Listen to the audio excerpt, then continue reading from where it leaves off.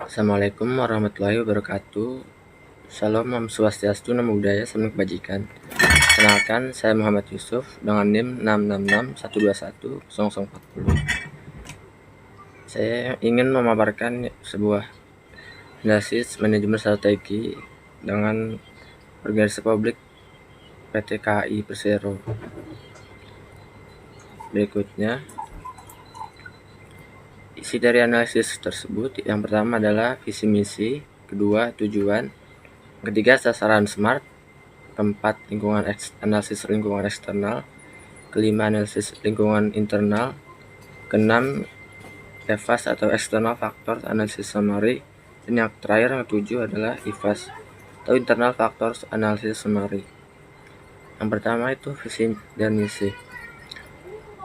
PT KAI memiliki visi yaitu untuk menjadi solusi ekosistem transportasi terbaik untuk Indonesia. Dan kemudian visi yang pertama adalah untuk menyediakan sistem transportasi yang aman, efisien, berbasis digital, dan berkembang pesat untuk memenuhi kebutuhan pelanggan.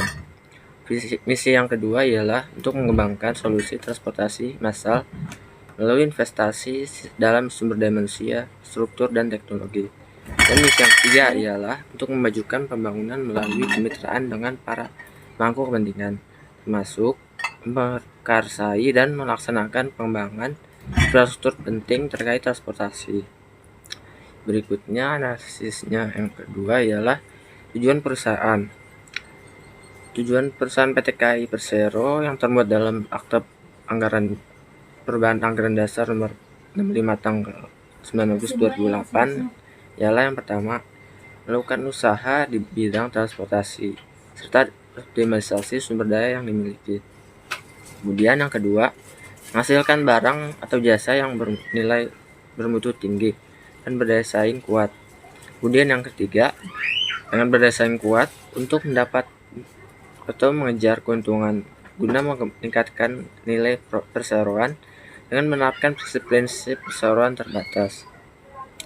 Kemudian analisis yang ketiga ialah analisis SMART atau yang pertama itu S-nya spesifik.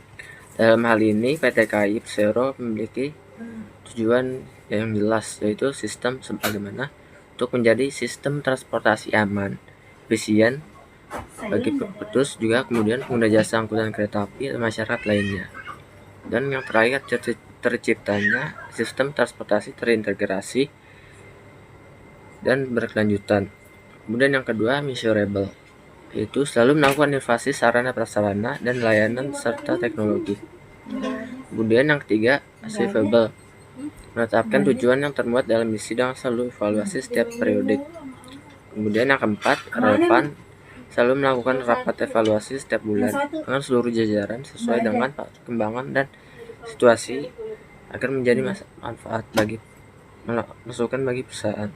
Dan yang terakhir ialah Tambon, menjadi pilihan transportasi favorit bagi masyarakat untuk masa kini dan juga masa datang dengan inovasi teknologi.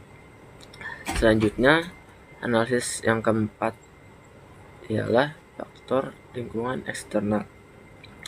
Yang pertama itu adalah faktor unsur yang mempengaruhi lingkungan eksternal, yaitu adalah faktor demografi. Ialah persaingan inovasi layanan dengan modal proposal lain dan lebih murahnya tiket. Kemudian yang kedua adalah dapat dinikmati oleh seluruh lapisan masyarakat tanpa mendiskriminasi suku, budaya, agama, dan ras. Kemudian yang ketiga, dalam aspek teknologi, update dan melakukan inovasi dalam hal pelayanan berbasis digital sesuai perkembangan zaman. Kemudian yang keempat, yang terakhir adalah aspek hukum. PT KAI Persero berdiri sesuai dengan Peraturan Pemerintah Nomor 19 Tahun 1998. Kemudian analisis lingkungan internal. Yang pertama ialah dari human resource, itu memiliki SDM yang menjadi unsur penting dalam memberikan pelayanan optimal dan berpengaruh terhadap kinerja perusahaan. Kemudian yang kedua, ada bidang teknologi, inovasi berbasis digital setelah dilakukan perusahaan dengan meluncurkan aplikasi KAI Akses untuk pemesanan tiket kereta agar efektif dan efisien. Kemudian yang terakhir, yang ketiga adalah pengelolaan aspek keuangan atau finance. Pengelolaan keuangan dilakukan oleh SDM yang profesional dan dilakukan agar menghasilkan kesepakatan tujuan perusahaan. Berikutnya ialah EVAS PT KAI Persero. Dalam EVAS ini terdapat beberapa faktor yang mempengaruhi kinerja perusahaan. Yang pertama itu adalah strength dan traits. Dimana dalam strength dan trait ini masing-masing memiliki indikator-indikator. Yang pertama itu adalah bobot, rating, dan skor. Dalam aspek indikator strength ini, yaitu yang pertama ialah infrastruktur stasiun sangat baik dengan bobot 0,15. Kemudian dengan mendapatkan rating 4 dan skor air mendapatkan 0,60. Kemudian yang kedua, tingkat keamanan pengguna jasa kereta terjamin dengan bobot 0,15, mendapatkan rating 4 dan skor air 0,60. Kemudian yang ketiga ialah keterjangkauan lokasi stasiun strategis di pusat kota dengan bobot 0,15 dengan rating 4 dan mendapatkan skor air sebesar 0,60. Kemudian yang terakhir dari indikator strength ialah ketepatan akurasi waktu kedatangan dengan bobot 0,15, rating 4, dan kemudian skor air 0,60. Dari keempat indikator strength tersebut mendapatkan total air sebesar dari kolom bobot yaitu 0,60, kemudian dari skor airnya mencapai 2,40. Kemudian indikator berikutnya ialah traits. Yang pertama itu adalah harga tiket cenderung naik dengan bobot 0,10%, dengan rating 3, kemudian skor air 0,30.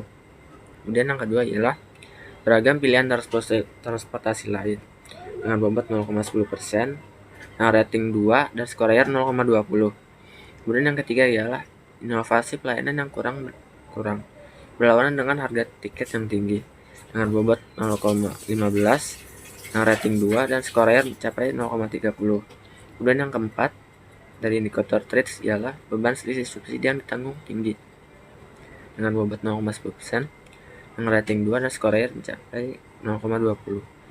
Total dari keseluruhan indikator traits yaitu dengan kolom bobot sebesar 0,45 dan juga skor airnya sebesar 1,00. Bila dijumlahkan dari indikator strength dan trait untuk bobot sendiri, total keseluruhannya 1,05.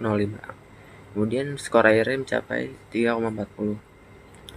Nah, berikutnya ialah EVAS. Dalam EVAS ini ada dua indikator yang mempengaruhi. Yang pertama ialah opportunities dan juga traits. Dalam indikator opportunities terdiri dari beberapa indikator variabel. Yang pertama itu ialah SDM yang mengedepankan nilai-nilai perusahaan dengan bobot 0,15 dan juga rating 3 dan skor air 0,45. Kemudian yang kedua, perusahaan mendukung tumbuh kembang SDM dengan bobot 0,10, rating 3 dan skor air 0,30. Kemudian yang ketiga, terobosan yang dilakukan cukup baik dengan bobot 0,10, rating 2 dan skor air 0,20. Kemudian keempat ialah kinerja keuangan perusahaan terus membaik dengan bobot 0,15%, rating 3 dan skor air 0,45.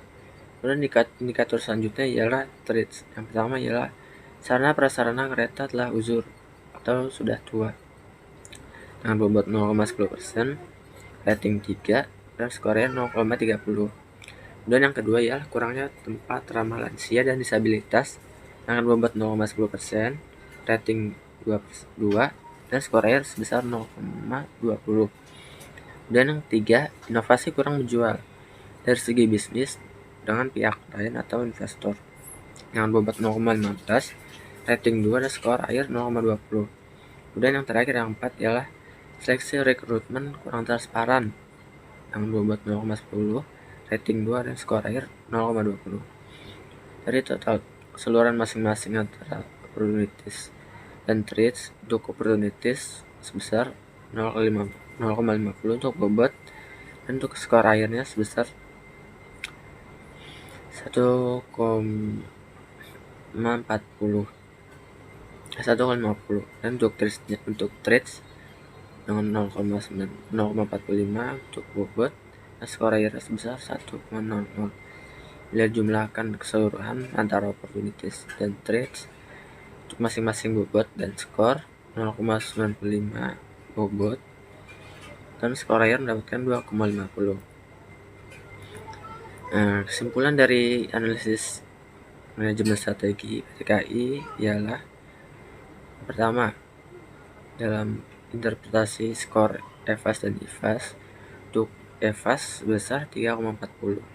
Dalam artian PTKI telah melakukan sebuah kinerja terhadap masyarakat dalam hal sebagai penyedia transportasi jasa angkutan penumpang yang bisa dibilang sangat kuat. Terus kemudian IVAS-nya sendiri mendapatkan skor akhir sebesar 2,50 yang bisa dibilang sudah cukup, dalam arti kinerja internalnya ini perlu dikembangkan lagi dan juga perlu dievaluasi dengan inovasi-inovasi yang dilakukan oleh perusahaan. Demikianlah yang bisa saya sampaikan. Kurang lebihnya mohon maaf. Wassalamualaikum warahmatullahi wabarakatuh.